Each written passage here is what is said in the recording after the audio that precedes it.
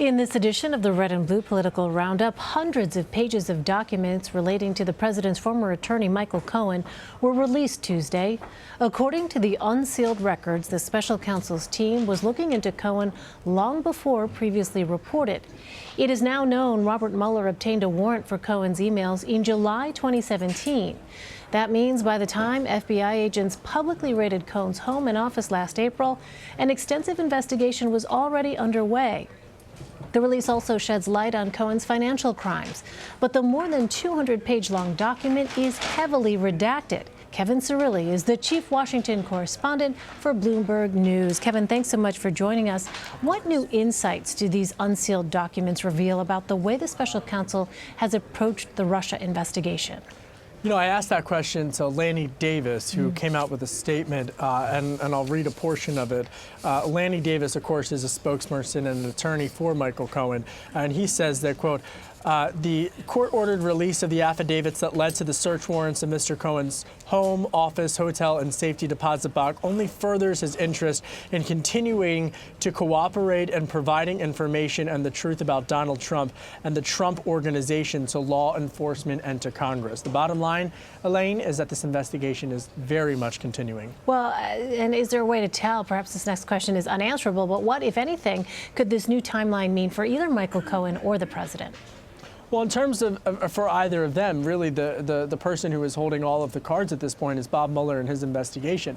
What's interesting is that when I talk to legal experts, the same legal experts I'm sure that you're talking to as well, Elaine, is that the lawsuits surrounding these investigations, particularly those into the Trump Organization, pose a significant legal fishing expedition risk to the Trump Organization, to the president, as well as to senior administration officials, simply because whether it's through subpoenas or other legal counsel, it provides investigators a new window into these types of investigations. I also want to ask about Deutsche Bank. It's under scrutiny because of the president. The firm is now the subject of 2 congressional committee investigations. What are lawmakers looking into here? Commerce Secretary Wilbur Ross is at the forefront of these, the center rather, of many of these investigations into Deutsche Bank. Bloomberg has reported that Deutsche Bank has said that they are going to be cooperating with the 2 Democratic-controlled Congress House committees that are investigating into this. I would also note that when I speak with senior staffers on the House Financial Services Committees, chaired by Maxine Waters, a Democrat from California, they are very much looking into just precisely how President Trump, private citizen Trump, senior administration officials like Commerce Secretary Wilbur Ross, how their finances were impacted, if at all, by potential business dealings of the president. So it's just one of the many tentacles into the investigations that Democrats are using the power of the gavel in their control of the House of Representatives to look into some of these questions. Remember, it was truly unprecedented to not have the candidate Donald Trump release his tax returns. Well, meantime, Monday marked the deadline for a sweeping document request by the House Judiciary Committee. The panel asked more than 80 people and entities to provide information relating to the president. Do we know if everyone has been cooperating? Well, it depends on who you ask. Democrats, quite candidly, would say that the Republicans and the administration are not fully cooperating or being as transparent as they could be. Republicans would disagree with that notion. And in public statements, senior administration officials have said that they will comply with the law. So it's really caught in a legal crosshairs. I was actually struck by another vote last week that was 420-0, which was all of the lawmakers, to get back to a previous topic on the Mueller investigation, wanting to have the Mueller investigation made public. That, to me, was quite telling, to have Republicans voting with Democrats, disagreeing really with the White House and saying, hey, whenever the Mueller probe does wrap up, let's get it public. Let's see what's in it. Maybe a few redactions here or there for national security, but let's see it made public. Yeah, that really was a striking vote. But going back to the House Judiciary Committee, so Chairman Jerry Nadler has said, quote, tens of thousands of documents were received. What is next now in this process in terms of sorting out all this information?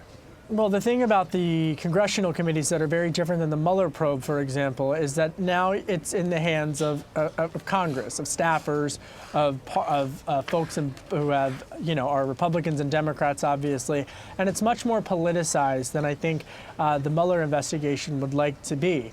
So in terms of Chairman Nadler, the test for him is going to be to look through all of them with committee investigators, but to also see what, if any, information is in there that could aid in a nonpartisan way the Mueller investigation.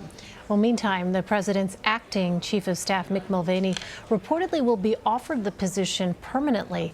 How has Mulvaney navigated the job in the White House so far? I guess pretty well. I guess he's right? sticking around. Yeah. Look, I think anyone that you talk with who works with the I guess still technically the acting chief of staff, Mick Mulvaney, the former budget director, the former founding member of the House Freedom Caucus, and the congressman, conservative congressman, they say that he is he's enjoying the job. And quite frankly, that's the biggest difference between him and the former chief of staff, General John Kelly.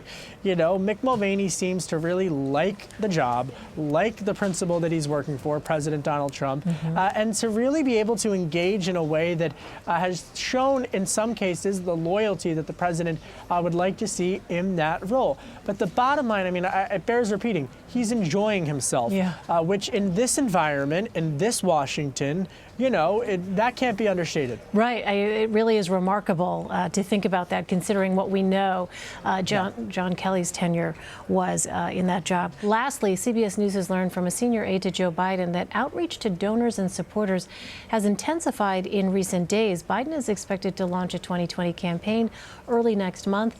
What do we know about how the former vice president is gearing up for a bid?